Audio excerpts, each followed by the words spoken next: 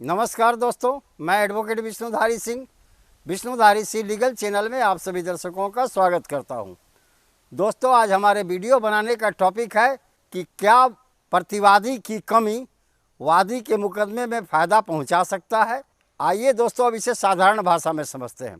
दोस्तों, जब आप कहीं किसी सिविल कोर्ट में या किसी कोर्ट में केस करने जाते हैं तो सामने वाला यानी आपका जो विरोधी है उसकी कमी का फ़ायदा आपको नहीं मिलेगा। ठीक इसी तरह का सिद्धांत ऑनरेबल सुप्रीम कोर्ट के एक निर्णय में आया कि प्रतिकूल कब्जा के कानून में परिवर्तन जैसा लगा। तो दोस्तों, आइए आज हम इसी बिंदु पर एक वीडियो बनाते हैं कि क्या प्रतिवादी यानी विरोधी पार्टी के कमी का फ़ायदा केस करने वाला पक्ष उठा सकता है यानी वादी उठा सकता है या नहीं। दोस्तों, आइए वीडियो पर बढ़ने से पहले हम कुछ कानूनी प्रावधान को समझ लेते हैं। मात्र यहाँ 2 सेक्शन समझना है दोस्तों। एक है इंडियन एविडेंस एक्ट का सेक्शन 101, जो कहता है कि सबूत का भार यानी केस को साबित करने का भार उसी पक्ष पर है जो व्यक्ति न्यायालय में अपने पक्ष में किसी रिलीफ या किसी चीज़ की मांग करता है। यानी वह व्यक्ति जो न्यायालय में केस मुकदमा करता है उसी व्यक्ति को अपने मुकदमा को साबित करने का भार है। यह 101 सेक्शन जो है 101 सेक्शन ऑफ एविडेंस एक्ट जो है यह कहता है दोस्तों। ठीक उसी के नीचे 102 सेक्शन ये कहता है एविडेंस एक्ट का कि सबूत का भार विपक्षी पर नहीं हो सकता। सबूत का भार हमेशा केस करने वालों पर है, लेकिन अगर केस करने वाला कोई ठोस साक्ष्य दे दिया है अपने पक्ष में तो फिर सबूत का भार ट्रांसफ़र होकर के प्रतिपक्ष पर चला जाता है। आइए दोस्तों, अब इसे हम ऑनरेबल सुप्रीम कोर्ट के जजमेंट से समझें कैसे एक वादी प्रतिवादी के कमी का लाभ नहीं उठा सकता। ऑनरेबल सुप्रीम कोर्ट का यह लैंडमार्क जजमेंट है दोस्तों। इस केस का टाइटल है स्मृति देवरम्मा बनाम प्रभा रंजन देवरम्मा। इसका सिविल अपील नंबर है 878 ऑफ 2009। दोस्तों, उपरोक्त केस में ऑनरेबल सुप्रीम कोर्ट का यह लैंडमार्क जजमेंट है। आप भी इसका इस्तेमाल अपने न्यायालय में अपने मुकदमे में कर सकते हैं। इस केस का मूल भार यही है कि आप विरोधी के कमी का लाभ आप नहीं उठा सकते, यानी केस करने वाला नहीं उठा सकता। आइए अब इसी पर चलते हैं। स्मृति देवरम्मा नाम के एक व्यक्ति था जो महारानी चंद्रता देवी से कोस महल के संपत्ति का पावर ऑफ अटर्नी होल्डर था। स्मृति देवरम्मा ने 1986 में एक सिविल सूट न्यायालय में फाइल किया कि प्रतिवादी लोग कोस महल पर बलपूर्वक कब्जा करके रह रहे हैं, वह ज़मीन के मालिक नहीं हैं, उन्हें उस कोस महल के संपत्ति पर से बाहर किया जाए, यानी उसे कोस महल की संपत्ति को प्रतिपक्ष के कब्जे से छुड़ा लिया जाए। ट्रायल कोर्ट में जब मुकदमा हुआ तो दोनों पक्षों को सुनने के बाद ट्रायल कोर्ट ने वादी के पक्ष में मुकदमा सुना दिया, यानी स्मृति देवरम्मा के पक्ष में यह फैसला सुना दिया महारानी चंद्रांता देवी से पावर ऑफ अटर्नी होल्डर है स्मृति देवरम्मा, और इस पावर ऑफ अटर्नी के आधार पर वो रजिस्ट्री करा चुकी है। अतः इस संपत्ति या कोस महल की संपत्ति की मालकिन स्मृति देवरम्मा है। इस प्रकार दोस्तों, ट्रायल कोर्ट ने वादी यानी स्मृति देवरम्मा के पक्ष में अपना निर्णय सुना दिया। तब उसके विपक्ष वाले जो थे प्रतिवादी दोस्तों, प्रभा रंजन देवरम्मा जो प्रतिवादी थे, वो ऑनरेबल हाई कोर्ट में अपील किए दोस्तों। ऑनरेबल हाई कोर्ट ने ट्रायल कोर्ट के फैसले को बदल दिया और यह कहा कि वादी के पास ज़मीन के संबंधित या प्रॉपर्टी से संबंधित या कोस महल से संबंधित कोई भी टाइटल का दस्तावेज नहीं है। दोस्तों, इस आधार पर जो पहले से उस पर कब्जा किए हुए है, यानी प्रभा रंजन देवरम्मा जो उस संपत्ति कोस महल की संपत्ति पर कब्जा किए हुए है, उससे उस संपत्ति को खाली नहीं करवाया जा सकता। तब वादी देवरम्मा जो है, वादी मतलब जिसने केस किया था देवरम्मा, स्मृति देवरम्मा की कोस महल की संपत्ति को प्रतिवादी से खाली कराया जाए, वो ऑनरेबल सुप्रीम कोर्ट चली गई और वहाँ अपील फाइल कर दी।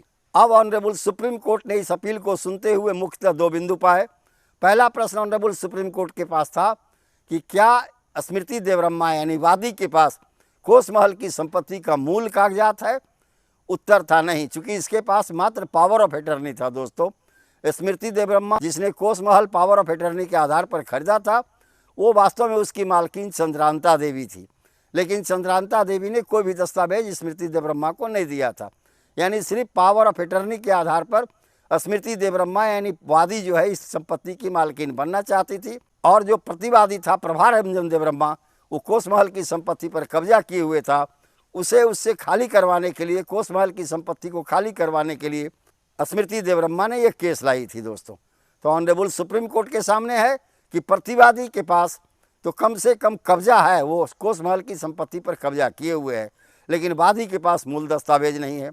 तो वादी यानी स्मृति देवरम्मा का कहना था दोस्तों कि प्रतिवादी के पास भी तो कोई कागज़ नहीं है, मात्र उसके पास कब्जा है।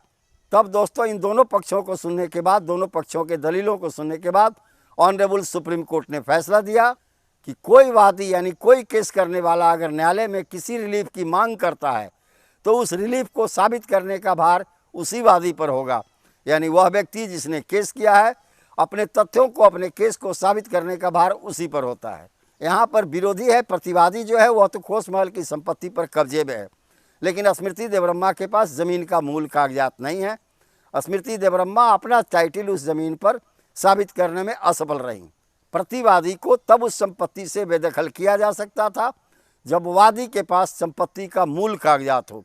चूँकि ऑनरेबल सुप्रीम कोर्ट का काफ़ी लैंडमार्क जजमेंट अब पहले भी बता चुके हैं दोस्तों कि अगर आपके पास प्रॉपर्टी का मूल कागजात है, ओरिजिनल टाइटल होल्डर हैं, तो किसी भी बलपूर्वक कब्जाधारी को आप अपनी संपत्ति पर से बाहर करवा सकते हैं न्यायालय के आदेश से। लेकिन यहाँ पर स्मृति देवब्रह्मा के पास तो मूल कागजात था नहीं। मूल कागजात तो महारानी चंद्रांता देवी के पास था और विरोधी पक्षकार जो प्रतिवादी थे प्रभारंजन देवब्रह्मा, वो उस संपत्ति पर कब्जा करके बैठे हुए थे। तो ऑनरेबल सुप्रीम कोर्ट ने कहा कि प्रभारंजन देवब्रह्मा का कब्जा तो है, लेकिन स्मृति देवब्रह्मा के पास इस संपत्ति का कोई मूल टाइटल दस्तावेज नहीं है। अतः यह मुकदमा स्मृति देवब्रह्मा के पक्ष में न होकर के प्रतिवादी प्रभारंजन देवब्रह्मा के पक्ष में सुनाया जाता है। दोस्तों, एडवर्स पोजीशन का भी यह सिद्धांत कहता है कि एक व्यक्ति जब आपकी संपत्ति पर कब्जा है तो सिर्फ ज़मीन का मूल मालिक ही उसे उस संपत्ति से बाहर कर सकता है। यानी जो ओरिजिनल टाइटल होल्डर है वही व्यक्ति कब्जाधारी को अपने संपत्ति पर से बाहर कर सकता है, लेकिन वह कब्जाधारी का मूल मालिक को छोड़कर अन्य किसी के विरुद्ध में पूर्ण अधिकार उस संपत्ति पर रखता है। यानी कोई तीसरा व्यक्ति उस संपत्ति पर से कब्जाधारी को बाहर नहीं कर सकता सिवा मूल मालिक के। यहाँ पर दोस्तों आप देखे होंगे कि वादी जो स्मृति देवब्रह्मा है वह मूल मालकिन नहीं थी। संपत्ति का मूल मालकिन तो चंद्रांता देवी थी, महारानी चंद्रांता देवी थी। मात्र पावर ऑफ अटर्नी के आधार पर स्मृति देवब्रह्मा ने यह मुकदमा दायर की थी न्यायालय के अंदर में। अतः न्यायालय ने कहा कि कब्जाधारी के पास तो कब्जा है, लेकिन वादी के पास कौन सा टाइटल डॉक्यूमेंट है, उसके पास तो कोई मालिकाना दस्तावेज नहीं है। ऐसी परिस्थिति में प्रतिवादी को यानी प्रभारंजन देवब्रह्मा को उस संपत्ति से बेदखल नहीं किया जा सकता। वादी अपना केस साबित करने में न्यायालय में पूर्णतः असफल रहा। इसमें स्मृति देवब्रह्मा जो है वो वादी जो थी वो कही थी कि प्रतिवादी के पास भी कोई कागज़ नहीं है। ऑनरेबल सुप्रीम कोर्ट ने इस पर कहा कि प्रतिवादी के पास कम से कम ज़मीन पर कब्जा तो है, संपत्ति पर कब्जा तो है, वादी के पास तो कोई दस्तावेज नहीं है। ऐसी परिस्थिति में प्रतिवादी को उस कोसमहल की संपत्ति पर से बेदखल करने का कोई आधार नहीं है। यानी वादी जो केस करने वाला है वह प्रतिवादी के कमियों का लाभ नहीं उठा सकता। दोस्तों, इस प्रकार आप समझ गए होंगे कि वीडियो का मेरा यही टॉपिक था कि वादी प्रतिवादी के कमी का लाभ न्यायालय में नहीं उठा सकता। दोस्तों, आपके भी केस में ऐसा बहुत बार हुआ होगा कि आपका विरोधी पक्षकार के पास कोई डॉक्यूमेंट नहीं है, कोई प्रमाण नहीं है, फिर भी आप उसका लाभ नहीं उठा सकते दोस्तों, क्योंकि आपको अपना केस न्यायालय में खुद साबित करना है। 101 section of the evidence act यही कहता है दोस्तों। तो दोस्तों, इस प्रकार यह मेरा वीडियो यहीं पर संपन्न हुआ। अगर मेरा वीडियो आपको पसंद आया तो आप इसे लाइक करें, सब्सक्राइब करें, अपने अन्य साथियों को शेयर करें ताकि इस मुकदमे का लाभ वो भी अपने मुकदमे में उठा सकें। धन्यवाद। अब विशेष अगले वीडियो में।